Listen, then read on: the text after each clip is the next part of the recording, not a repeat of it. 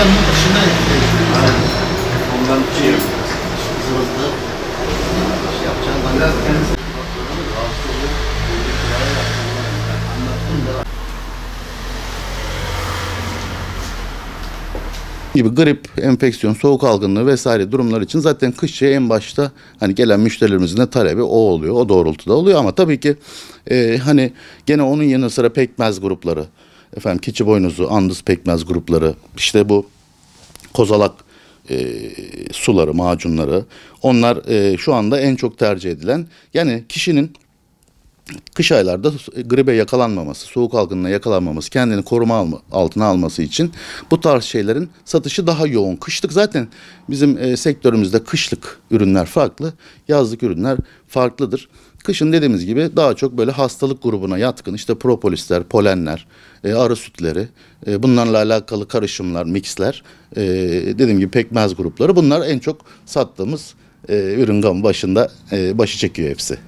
Ürünleri bildikleri, güvendikleri aktarlardan güvene alabilirler.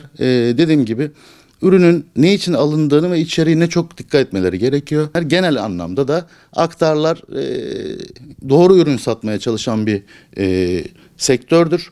Ama tabii ki bunların içerisinde bilmeden işte bu tarz ürünler satan kişiler, çünkü aktar üretim yapmıyor. Yani üretici getiriyor, onlar alıp satışa sunuyorlar.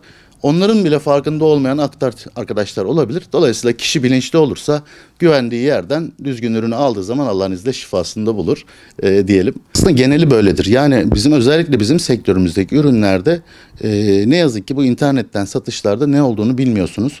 Resimleri farklı koyuyorlar, ürünleri farklı gönderiyorlar.